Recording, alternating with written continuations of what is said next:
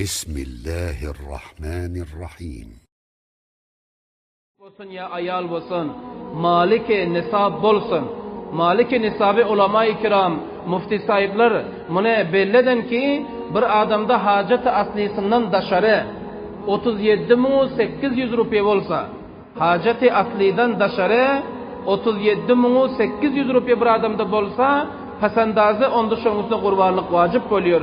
Anın da erkek bolsun, ayal bolsun, hop yankı muqim bolsun, ana bul adamlara azat adama gurbanlyk kılasa wajib bolýar. Maliki nisaba yeten bolsa, maliki nisab kança dedim?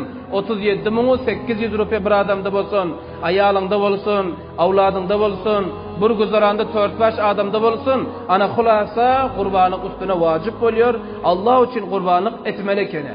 Hemçinin Hazreti Peygamberimiz aleyhissalatu vesselam gurbanlığı hiç vakt terk eden yok. Abdullah İbni Ömer radıyallahu teala anhuma ekliyorlar.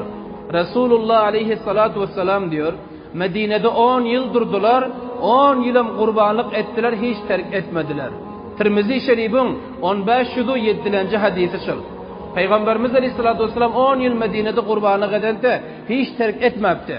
Hemçinin Müslim Şerif'in 147. hadisinde geliyor. Resulullah aleyhissalatu vesselam Haccetul Veda'da 100 tane düğanı kurbanlık edende. Haccetul Veda'da 100 tane düğanı Peygamberimiz aleyhissalatu vesselam kurbanlık edendiler. Anın dışıl hadislerden belli oldu. Peygamberimiz aleyhissalatu vesselam kurbanlık edende, kurbanlık terk eden yoktu. Hazreti Ali radıyallahu teala anhune yaranlarının biri gördü ki 2 tane koç soyacak boluti. Hazreti Ali 2 tane koç soyacak boluti. Sonra dedi ki ey Ali dedi, bu 2 tane koç nemçin dedi, kurbanlık birigen bolyor ha. Sonra Hazreti Ali radıyallahu teala anhu etti ki menin Habibim Hazreti Muhammed sallallahu aleyhi ve sellem bana vasiyet edenti ki ey Ali men rehlet edenden sonra men için kurbanlık edersin deyip lihaza birige özüm için birige Peygamberimiz aleyhissalatu vesselam taraftan deyip Hazreti Ali 2 tane koç soyuyordu garan. Peygamberimiz aleyhissalatu vesselam zinde filaha kurbanlık eden, hatta vefat edenden son vasiyet Hazreti Ali'ye eden ekene.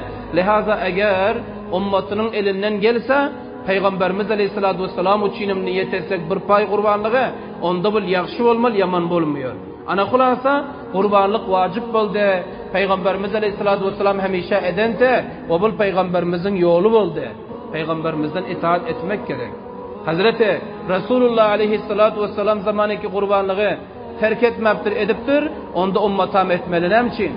Ayi mübareke var. Allah Teala ne diyor? Ya eyyühellezine amenu ati'ullaha ve ati'ur rasul. Ey Müslümanlar diyor.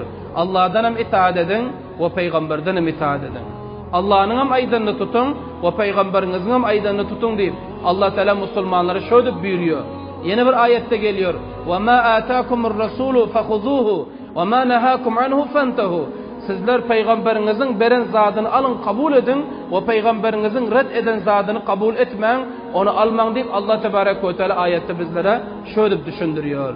Anın dışından malum oldu, ümmeti Muhammedi sallallahu aleyhi ve selleme maliki nisab bolup dursa onda kurban. برای مشاهده ویدیوهای بیشتر به کانال یوتیوب سخنرانی های علماء ترکمن سر بزنید، مشترک بشید و منتشر کنید، اجر ببرید.